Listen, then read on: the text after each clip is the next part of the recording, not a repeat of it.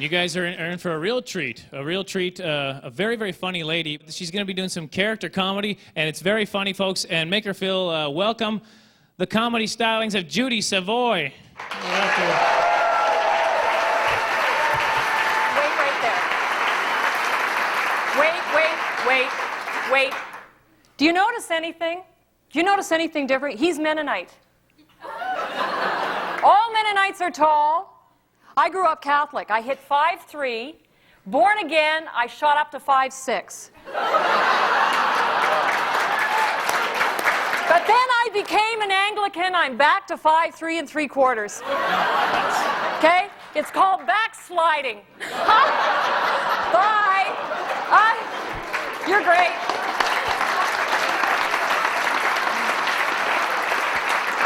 You can tell someone's denomination by their height and size, I'm telling you. But I would really like to start tonight by going back to the very, very beginning of time, when God created the whole earth and said, "This is good." Well, yes, except he gave Florida to the U.S., and we got 5,000 kilometers of tundra. But there's bound to be a few glitches when you make something for the very first time, am I right? And I really believe that the Earth is still in the process of settling. And there's going to be a major cosmic shift soon, and Disney World will move up to Nova Scotia. It could happen. It could happen any time now. And God made the sky and said, "This is good." And God made the seas and said, "This is good." And God filled up the seas and the earth and the sky and said, "This is good." And then God did something better than good. God did something great. God made a man. Yes.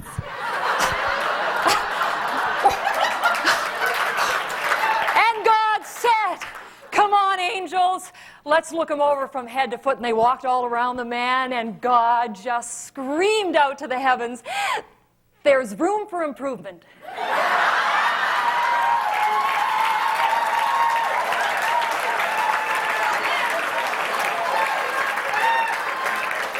And God said, "Let's make a softer version of man, something that'll retain water."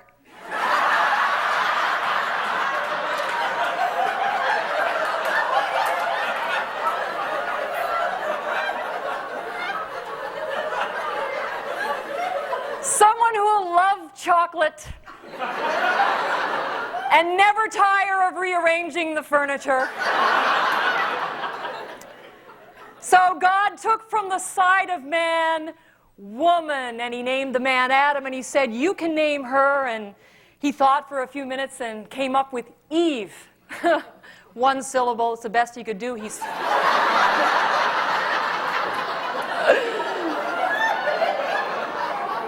She would have preferred Daphne, but that would have meant 2 syllables. And they were naked, and there was no cellulite.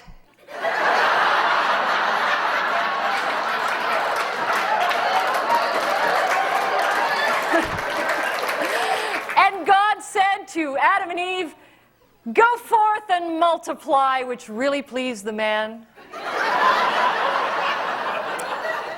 But the woman preferred chocolate. And God said to the man and the woman, "I am going to give you a place to live that is not just good, it's as good as it gets.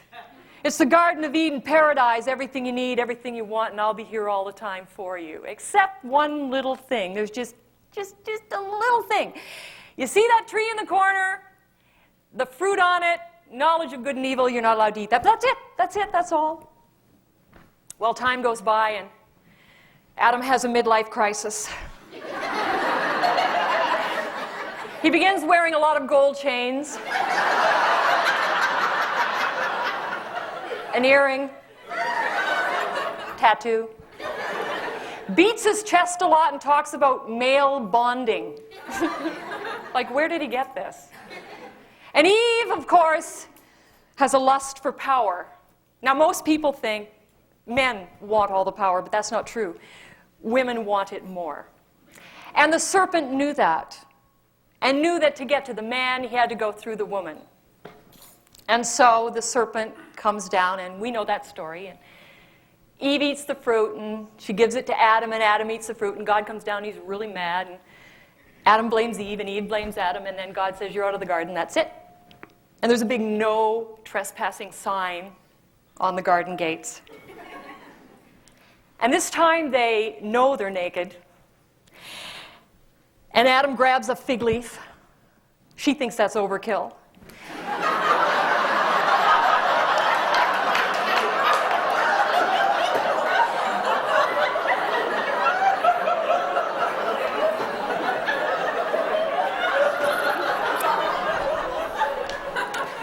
And Eve puts her hands on her hips and looks around and utters these words for the first time in human history. I haven't got a thing to wear.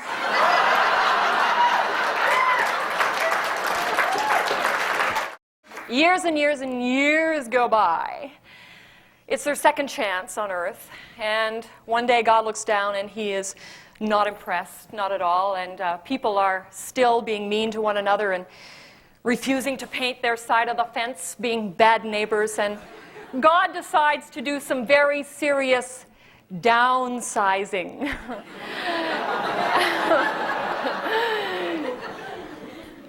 He decides to send a flood. But he's going to save the family of Noah and some animals. And so he tells Noah to build an ark. He doesn't tell Mrs. Noah. Na na na na na na na na na na na na na Noah? Noah?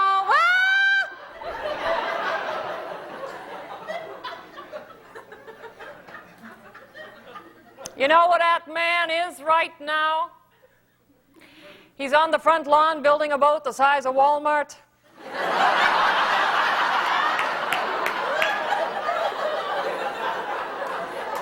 He said God told him to build an ark. I said, Noah, honey, you're hard of hearing. Get a hearing aid, I said, but no, he wants I should shout, ruin my voice. I said, Noah, honey, God probably didn't say build an ark. What God probably said was build a park. We could put in a golf course. We could get a government loan. We're in the Prime Minister's riding.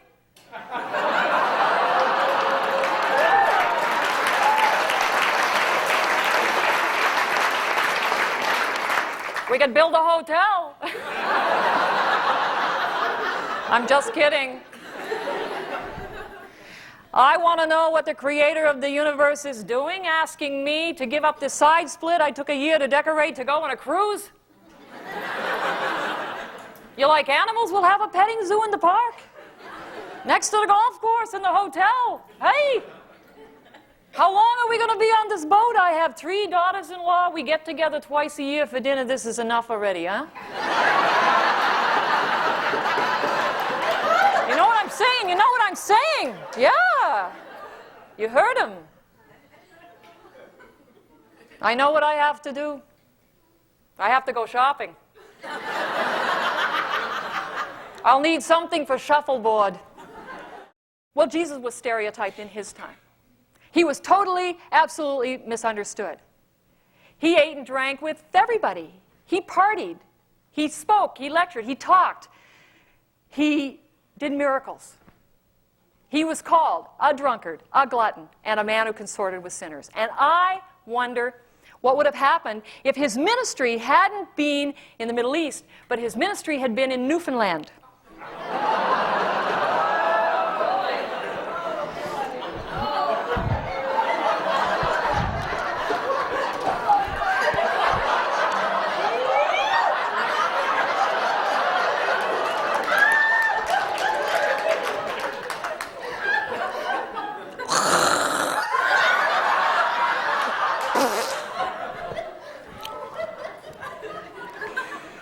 I was down at the tavern the other night tossing back a few with the boys.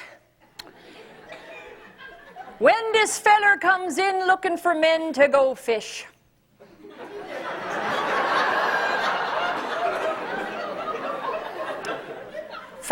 men.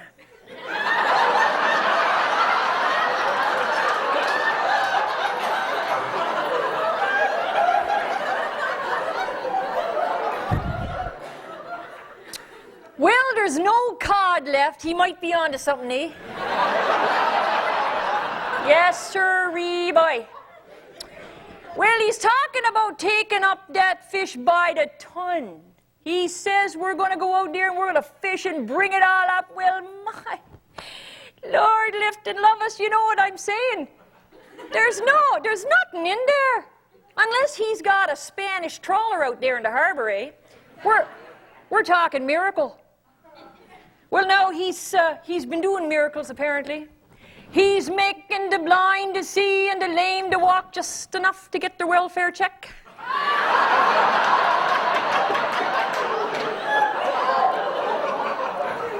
And he's exorcising demons. I don't know what them little devils need exercise for either. Jumping up and down their boys. I hear he's hanging around with a tax collector named Matthew Martin.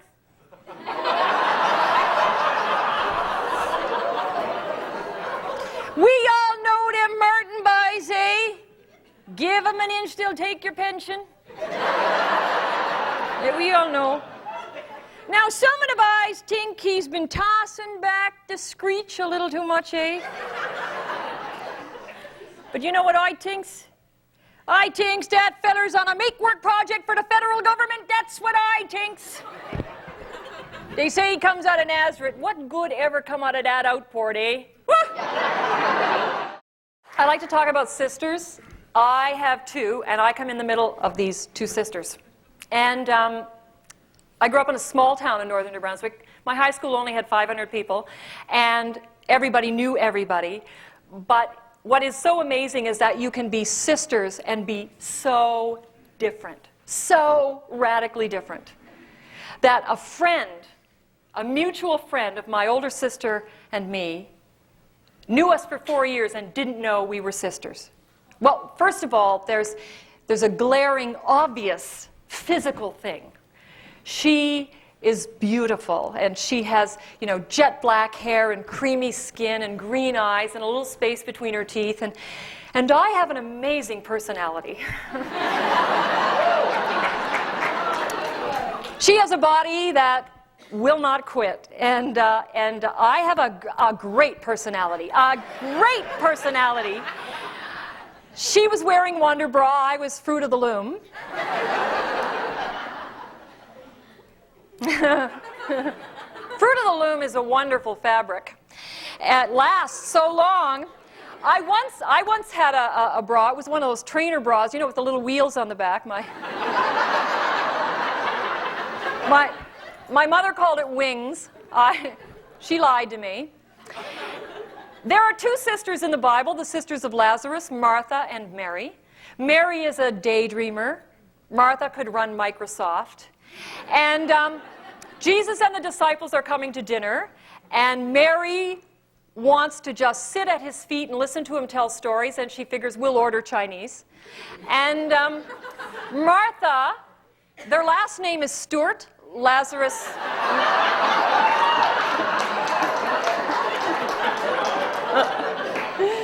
She wants to do everything from scratch. She wants to stomp on the grapes. I want to give Martha her own television series, and only we're going to put her on the BBC.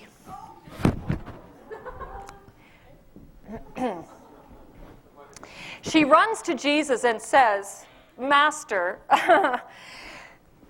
aren't you upset because Mary is not doing anything to help me? So tell her to get off her butt and do something." So many place settings, so little time. Good afternoon and welcome to Martha's World here on BBC Two. Well, we're going to plan dinner for about 20, and since my sister Mary is totally useless in the kitchen, I'm must do the entire dinner myself. Now, the master and his disciples are coming to dinner. You will remember the master. We had him on the episode 642 last April when we catered that wonderful little wedding at Cana, where the master turned the water into wine, a little fruity, peachy Chablis from California. It was lovely, lovely.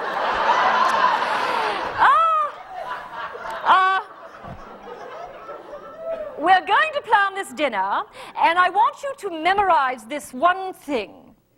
Place settings are personal. Write that on your heart.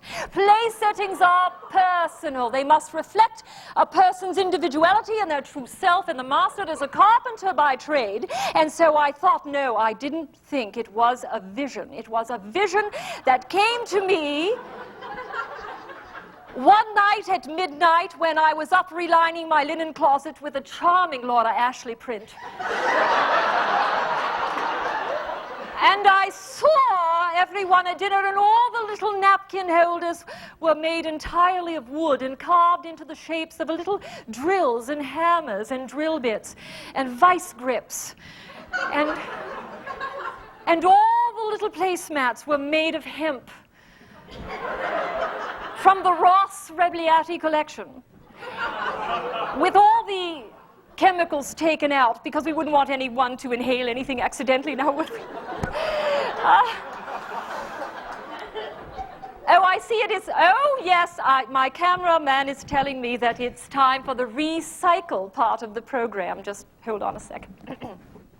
Ladies, if you're married to a Roman centurion and he comes home from battle one day and you take one look at his outfit and say, no, no, not going out in that old thing again, never fear, there is new life at everything. Take those leather straps, turn them into change purses. If he's a big fellow, you might get an over-the-shoulder men's handbag. Tie-dye the tunic and cut it into strips for his dice and or marbles. Polish up the breastplate and voila, a punch bowl.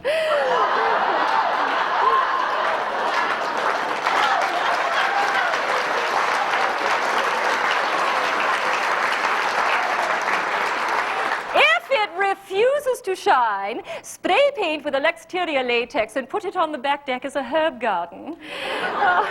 Is the helmet all dented and the brush soiled and broken? Decoupage the metal and stick dried flowers into that helmet brush. And now you have just done recycle, redone, rebirth, new life for everything. And now I'm going to say, toodly-doo, it's time to end the program, but if you look at the 1-800 number, you can order the video for this series. If you're in the UK, £29, in the US, $39, in Canada, $1,246.52.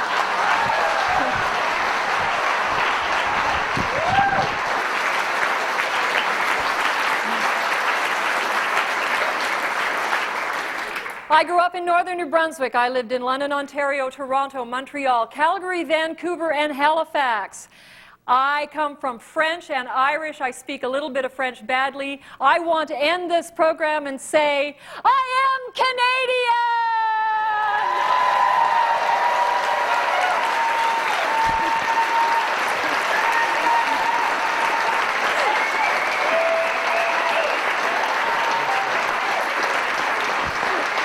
Judy Savoy, folks. Take another bow. There. Super.